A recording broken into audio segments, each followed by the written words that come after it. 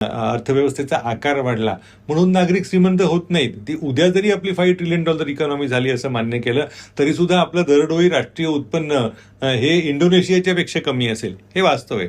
तर अशा वेळेला नुसतं 2047 सालापर्यंत अमुक होईल तमुक होईल हे असं म्हणून चालणारं नाहीये. आर्थिक एक शिस्त असायला हवी, आर्थिक नियोजन असायला हवं आणि कठोरपणाने त्या नियोजनाचा अंमल दिसायला हवा.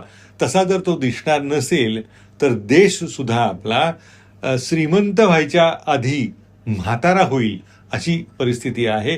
आणि महाराष्ट्र या आर्थिक आव्हानांमध्ये आपली भर घालतंय हे यातली सगळ्यात दुर्दैवी बाब आहे. म्हणून या विषयाकडे मला असं वाटतं की नागरिकांनी सजगपणे बघायला हवं. आणि जर तसं बघितलं जात नसेल तर 3 महिन्यात जर एखाद्या सरकारला पुरवणी मागण्या सादर करण्याची वेळ येत असेल तर काय आपली एकंदर आर्थिक नियोजनाची गांभीर्याची स्थिती